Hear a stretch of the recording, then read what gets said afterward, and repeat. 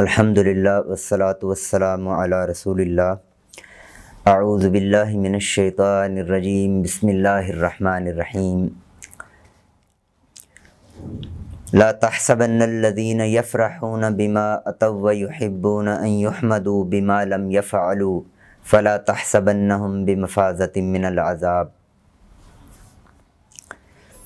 تعریف ہر انسان کی کمزوری ہے۔ اسلام نے اس کے کچھ ضابطے اور حدود مقرر کی ہیں۔ ہمیں بطور مسلمان، بطور والدین، بطور بہن بھائی یہ بات سمجھ لینی چاہیے کہ کسی کی تعریف کیسے کرتے ہیں۔ کیوں؟ اگر یہ تعریف غلط انداز میں، غلط جگہ پہ، غلط الفاظ میں ہو گئی تو اللہ کے نبی صلی اللہ علیہ وسلم نے فرمایا کہ یہ جو بیجا تعریف ہے، تعریف کا جو غلط طریقہ ہے، یہ کیا ہے؟ فَإِنَّهُ الذِّبْحُ، یہ ذبح کر دینا ہے انسان کو۔ تو جس طرح طاقت کا انجیکشن ہوتا ہے، وہ کسی کو ہر دفعہ اور ہر وقت اور مقدار دیکھے بغیر اور بندہ ایسے ہی لگاتا جائے تو یہ بجائے فائدہ دینے کے نقصان دیتا ہے۔ اسی طرح سے تعریف ہے، اگر یہ کسی کی بے جا ہوگی، بے مقصد ہوگی اور ایویں ہی ہوگی تو اس کا جو نتیجہ ہے وہ شاید اس سے بھی خطرناک نکلے، جو کسی بندے کو میڈیسن، طاقت کی میڈیسن بے تکی اور بغیر قاعدے قانون کے، بغیر مقدار کا خیال رکھے دی جائے، اس سے بھی شاید یہ خطرناک نتیجہ نکلے گا۔ تو اس لیے تعریف کے کچھ حدود و قیود ہمیں سمجھ لینی چاہیے۔ مثلا اس میں ایک تو یہ ہے کہ بہت ہی خاص اسپیسیفک کام کی تعریف ہونی چاہیے، کوشش کی تعریف ہونی چاہیے، بندے کے عمل کی تعریف ہونی چاہیے، اور اس کو اللہ کی تعریف کے ساتھ لنک کیا جائے۔ جیسے ماشاءاللہ اللہ تعالیٰ نے آپ کو بڑا خوبصورت بنایا ہے، اللہ تعالیٰ نے آپ کو بڑا خوبصورت لباس دیا ہے، اللہ تعالیٰ نے آپ کو ہینڈ رائٹنگ بہت خوبصورت دی ہے، اللہ رب العزت نے آپ کو چلنے کا انداز بڑا پیارا بنایا ہے۔ تو جب بھی تعریف کی جائے اس کو اللہ کی تعریف کے ساتھ لنک کیا جائے، کیونکہ سب سے زیادہ اللہ رب العزت کی ذات مستحق ہے کہ اس کی تعریف کی جائے۔ تو دوسری بات یہ ہے، جب بھی ہم تعریف کریں انتہائی دیانتداری سے کریں، اور یعنی اتنی ہی جتنے بندے کا جس طرح کا کام ہے اس طرح کی اتنی ہی تعریف ہونی چاہیے، اور ایسی تعریف ہو جس سے بندہ یہ ڈر نہ جائے کہ دوبارہ اگر میں یہ کام اس لیول کا نہ کر سکا تو میں تو عزت اور میں اپنے سٹیٹس سے محروم ہو جاؤں گا، یعنی تعریف اس طرح کی نہ ہو۔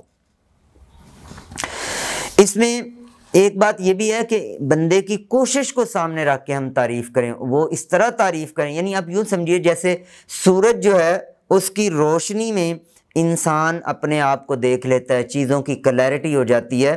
تو تعریف بھی اس طرح سے ہونی چاہیے کہ کوئی انسان جس کی ہم تعریف کر رہے ہیں وہ اپنی خوبیوں کو، اپنی کمزوریوں کو، اپنی معاملات کو وہ بڑے خوشگوار احسن انداز میں دیکھ سکے اور ان کو مزید بہتر کرنے کی کوشش کرے۔ تعریف کے حوالے سے ایک یہ بھی چیز ہو سکتی ہے کہ ہم دعاؤں کی صورت میں تعریف کریں، یعنی ہم کسی کی تعریف کر رہے ہیں، ماشاءاللہ اللہ تعالیٰ آپ کو اور اچھی آواز عطا فرمائے، آپ ماشاءاللہ اچھا قرآن پڑھ رہے ہیں، اللہ تعالیٰ آپ کو اور اچھی آواز عطا فرمائے۔ تو دعائیہ انداز میں تعریف جو ہے نا وہ کی جا سکتی ہے۔ اچھا ایک یہ بھی ہے کہ اگر آپ کی کوئی تعریف کرے تو کرنا کیا چاہیے؟ رسول اللہ صلی اللہ علیہ وسلم نے بڑی ہی پیاری دعا سکھائی، سبحان اللہ، وہ یاد کر لینی چاہیے، اللہم لا تؤاخذنی بما یقولون۔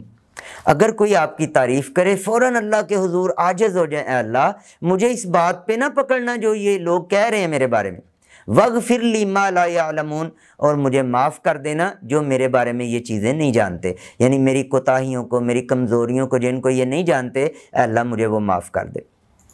وَاجْعَلْنِي خَيْرًا مِّمَّا يَظُنُّونَ، اور یہ مجھے جتنا اچھا سمجھتے ہیں مجھے اس سے بھی اچھا بنا۔ سبحان اللہ، بہت ہی زبردست دعا ہے۔ تو ہمیں اپنی دعا کو یاد کرنا چاہیے۔ یہ دعا جب کوئی تعریف کرے، اللہ کے نبی نے یہ تربیت کر دی کہ اللہ کے حضور عاجز بندے بن کے ٹھہر جاؤ۔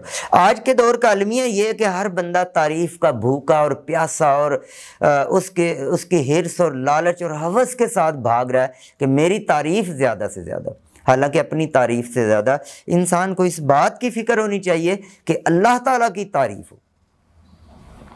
اللہ کے نبی صلی اللہ علیہ وسلم نے فرمایا اہل جنت وہ ہیں جن کی تعریف سے اللہ تعالیٰ ان کے کان بھر دیتا ہے، لوگ ان کی تعریفیں کرتے ہیں، اللہ ان کے کانوں کو بھر دیتا ہے تعریف سے۔ اور ایک حدیث میں فرمایا یہ ان کے لیے ارجنٹ ایمرجنسی میں اللہ رب العزت کی طرف سے خوشخبری ہے، بشارت ہے۔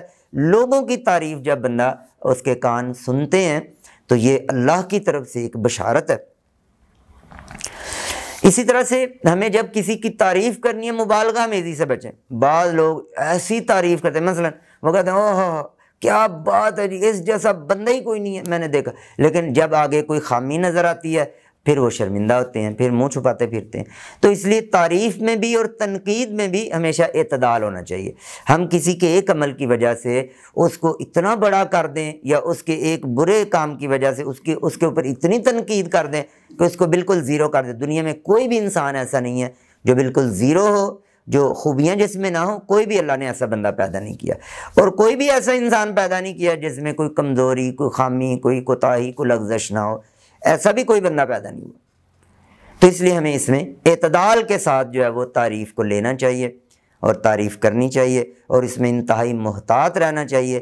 جیسے میڈیسن دیتے ہوئے بندہ محتاط ہوتا ہے، کوئی ایکسپائری نہ ہو، کوئی مقدار سے زیادہ نہ ہو، کوئی جو ہے نا غلط جگہ پہ، تو یہ ساری چیزیں دے کے اپنے الفاظ کو ناپ تول کے ہمیں دوسروں کی تعریف کرنی چاہیے، اور جب اپنی تعریف ہو تو فوراً اللہ کے حضور جھک جانا چاہیے اور یہ دعا پڑھنی چاہیے جو بات ہوئی۔ اللہ تعالیٰ سے دعا ہے اللہ ہمیں شریعت کی حدود و قیود کو سمجھنے کی اور ان پہ عمل کی توفیق دے۔ ھذا ما عندی وللمن۔ السلام علیکم۔